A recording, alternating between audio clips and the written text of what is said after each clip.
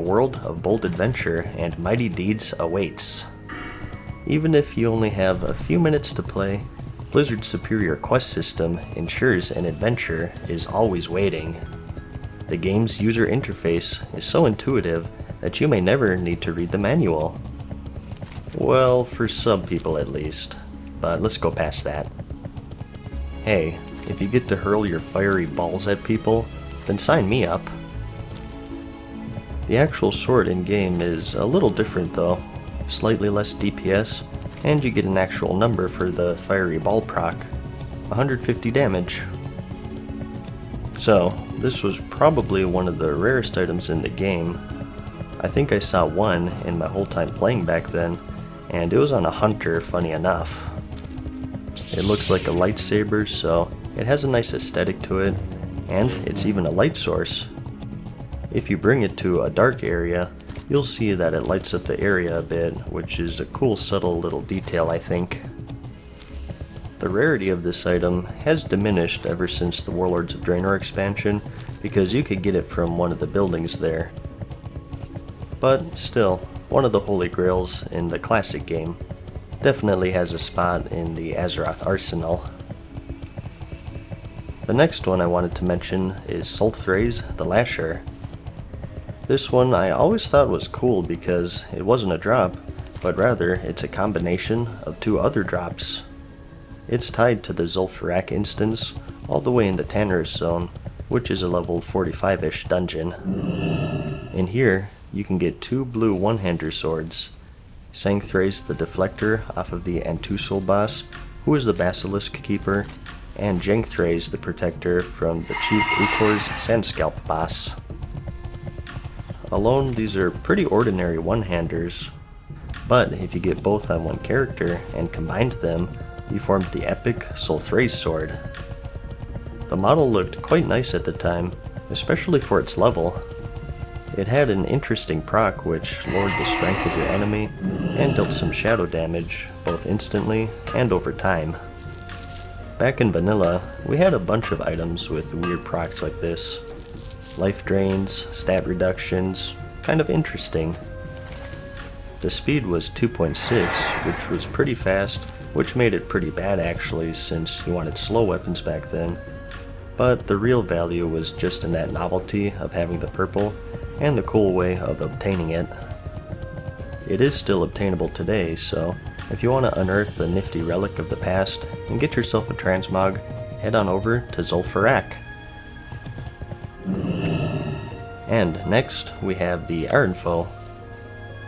This was the legendary hammer forged by the Master Smith, Franklorn Forgewright. Hey, if you have Forge in your name, you know that you're a pretty good blacksmith. You may remember him from vanilla. He was a secret ghost NPC that was outside of the Blackrock Depths instance, the one who gave you the quest for the key to the place. He was the creator of Ironfoe, and it was passed down to the great-great-grandfather of Reginald Windsor. Now, if this name sounds familiar to you, this is the guy who was instrumental in the Onyxia attunement for the Alliance way back in the day. But he was captured in the Blackrock Depths, and he had to rescue him, take him to Stormwind, where he exposed Katrana Prestor as Onyxia, where he was then turned into Reginald Windscorched. So, when he was captured, the leader of the Dark Iron Dwarves, who is Emperor Tharissen, took Ironfoe to wield for himself, and adventurers could loot it from his corpse if they were lucky. And when I say lucky, I mean very lucky because this thing was rare. It was around a 2% drop rate, and considering that Tharissen was the last boss of an excruciatingly long dungeon, seeing someone with this weapon was like seeing a unicorn back then.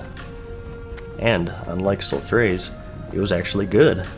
Really good in fact, because of its proc, which gave not just one, but two extra attacks on your next swing. Typically, rogues and fury warriors were the lucky recipients. Hey, hunters can't use maces, so luckily this is safe from their wrath. And it's still obtainable today, although the proc has been nerfed to just one extra attack.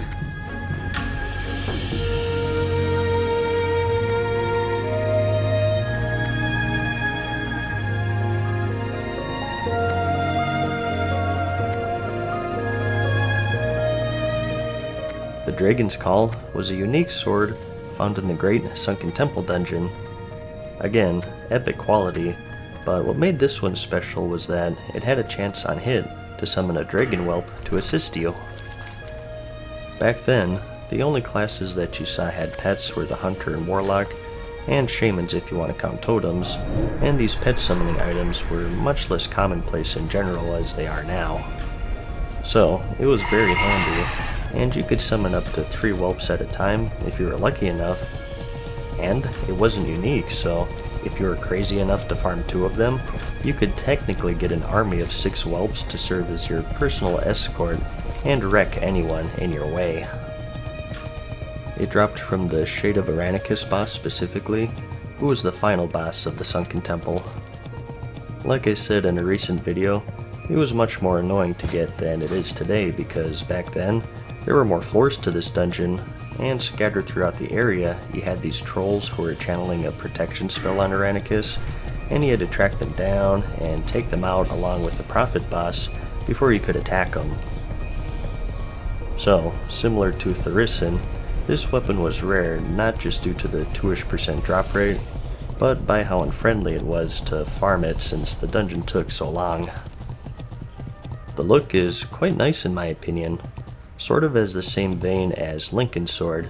It looks epic, but still realistic and not super over the top, which fits some people's transmogs I'm sure. And again, still obtainable. Now, I want to say that it was mainly rogues or warriors who were the lucky recipients of this one, but again, you gotta keep in mind that epics were epic back then, and combining that with the fact that no one knew what they were doing, it was a free-for-all, and if someone could equip it, they would roll on it pretty much. So, I'm sure there were a fair share of mages, warlocks, other casters, and everyone's favorite class running around with this back in the day. Hey, my old guildmaster said that hunters should have equal priority on the legendary Thunder Fury sword, so I'm pretty sure this was fair game to them as well. Damn hunters. You know a weapon is pretty substantial if it has an heirloom named after it. The Headmaster's Charge was one of the most sought after caster weapons before raiding. It dropped off of the Dark Master Gandling in the level 60 dungeon Scholomance. He was the last boss of this place. And what made this one special honestly was its look. It was a staff of course, adorned with bone spurs and a Diablo horn skull at the top. At the time, there wasn't anything like it and it definitely turned heads. It also had a special on-use effect that increased the intellect of you and any nearby party members, which made it pretty popular. Like I said earlier, vanilla had all sorts of cool procs and on-use effects, one of the many RPG elements that's diminished over the years. The original staff is no longer in the game unfortunately due to the Scholomance revamp in Pandaria, so the only wielders are the select few who farmed it out before then. You can still get the transmog via the re-release Headmaster's Will, or like I mentioned, the heirloom staff. But that's about it for this one. There's another set of cool classic items for you. Hopefully, you learned about some stuff you didn't know about, or heck, maybe it'll be useful for those of you who are going to play the classic servers. Anyways, I hope you found the video interesting or entertaining. Like it if you liked it, and I'll see you in the next episode of the Azeroth Arsenal. Peace. Farewell for now, mortals. We hope you enjoyed today's video. See you again soon.